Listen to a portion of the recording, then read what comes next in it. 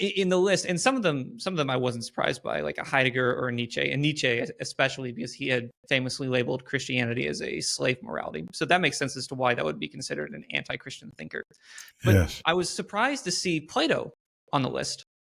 Why Mm-hmm. is, in your view, Plato an anti-Christian thinker? Well, that's a good question because a lot of Christians have attempted to synthesize the Platonic thought with Christianity, more so Mm, with Aristotle, but they certainly have Plato. He certainly influenced directly or indirectly many of the church fathers. Thomas Aquinas was a Plato, of course, Neoplatonist. yeah, yes, for sure, and if anything, Aristotelian. But Plato was the real problem. Well, there are several problems, but I called him anti-Christian because one of his basic ideas is, well, let me mention two of them quickly. Virtue without revelation. Biblically, according to the Christian worldview, virtue comes to us because we're made in the image of God, but we understand virtue as a result of God's revelation, his revelation in nature and his revelation, of course, in his written word. That wasn't the case, of course, for Plato. It didn't come through revelation. It came through what he called the ideas of the ideals. That's a cornerstone of Plato's thought, that he tended to have a rather low view of the physical world. And everything we have in the physical world basically has its counterpart in the true world, The the theory of forms. ideal world. Yes, the forms. We would say a famous one used is for every actual chair that's created in this world, there is in the ideal world, chairness.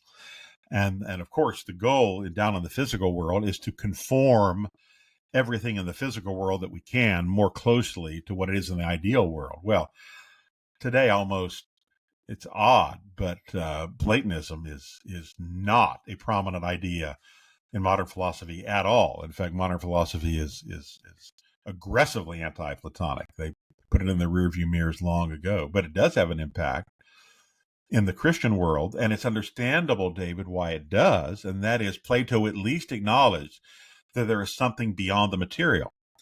Of course, modern secularism is largely, if not exclusively, materialistic. Humanity is nothing more than body and blood and bone and electrical impulses. And Christians say, no, that's not how cynical that is. And that's what, of course, and Nietzsche and modern secularists hold. How terrible that is! There's no hope. Everything, when you're dead, you're just dead. What a terrible way to live. So at least what we get from Plato is that there is a real world beyond this world. And I agree. That's to that extent he's correct, but that's not the biblical answer.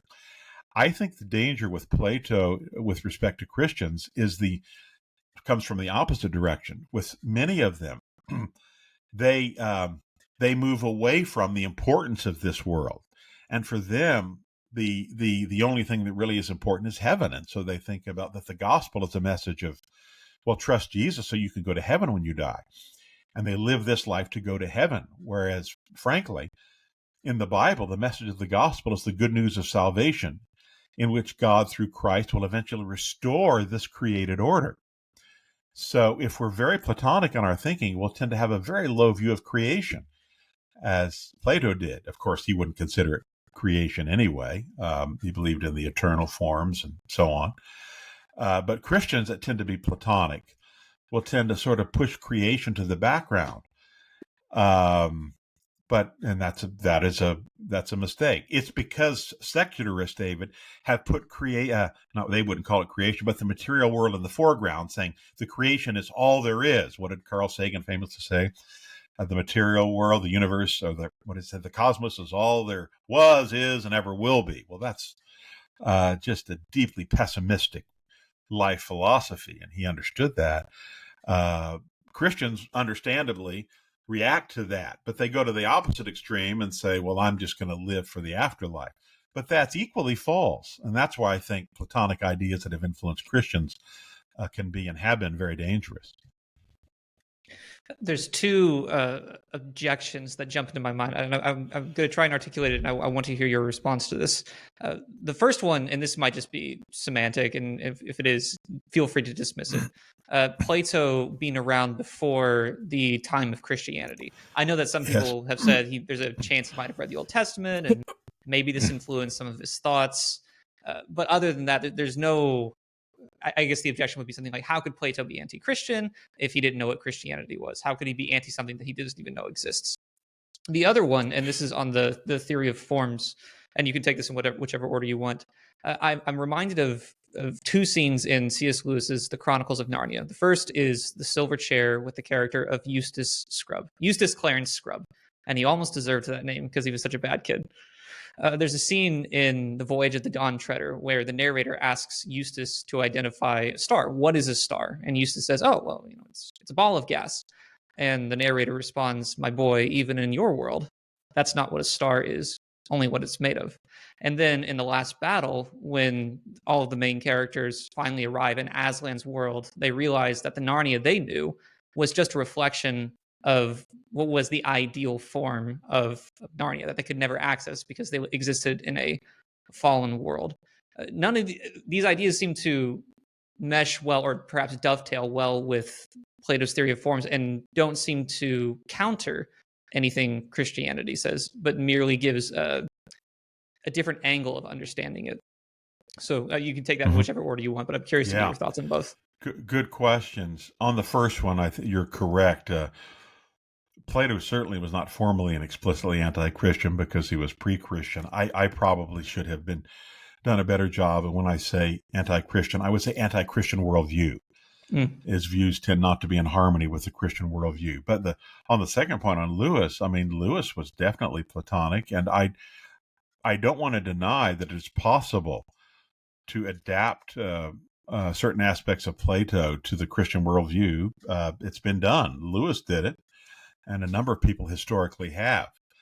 I would suggest my view on how to address these issues on what is possible in this particular material world is possible because of another world. And in this other world, of course, Plato, it would be the world of the forms. I would simply call that, in the biblical worldview, is the creational world. We read in the Genesis 1 that in the beginning God created the heavens and the earth. The heavens are not eternal. The heavens are a created reality. God sort of eternally was not living in heaven. God doesn't need a place to live at all. Heaven was created for God to relate to man and to the rest of creation. So there's no question that in the Hebrews and elsewhere, even speaking of the creation of the building of the temple, that there were certain earthly patterns. So I'm very willing to acknowledge that good things on earth are based on patterns that we see in heaven. I would not like to identify them too closely with Platonic forms, simply because they often tend to, well, for one thing, they tend to constantly turn our attention away from the created material order. And in my view, biblically, the point is to interpret this material order in terms of God, the heavenly revelation, and the God who is the creator. This created order, the Bible is the OS. The Bible is the operating system of this created order. And so therefore there is in other words, what I'm suggesting, the bottom line here, I should say, is the unity between the heavens and the earth, the unity between the heavens and the created order. Whereas with Plato, you tend to see much less of a unity. There's generally a very strong division between these two. And that's why we're constantly trying to turn our attention away from this material order. No, the important thing is not the material order. It'll bring us down, lead us astray. And a part of this, even when he talks about virtue, let's just take one thing. The passions and emotions for Plato tended to be very substandard and tended to be negative. For him, the contemplative life, the philosophical life, the virtuous life is a life that tends to keep emotions deeply in check. And the higher we go into the ideal world, we tend to be less emotional. But see, there's nothing biblical about that at all. In the Bible, the emotions are neither inherently good nor bad. They should be good. God is an emotional being, properly interpreted and understood. So those are sort of my objections to the Platonizing of Christianity. But I don't deny that people like Lewis were able to make good use of Platonic ideas to reinforce what, in his case, was mostly a Christian worldview.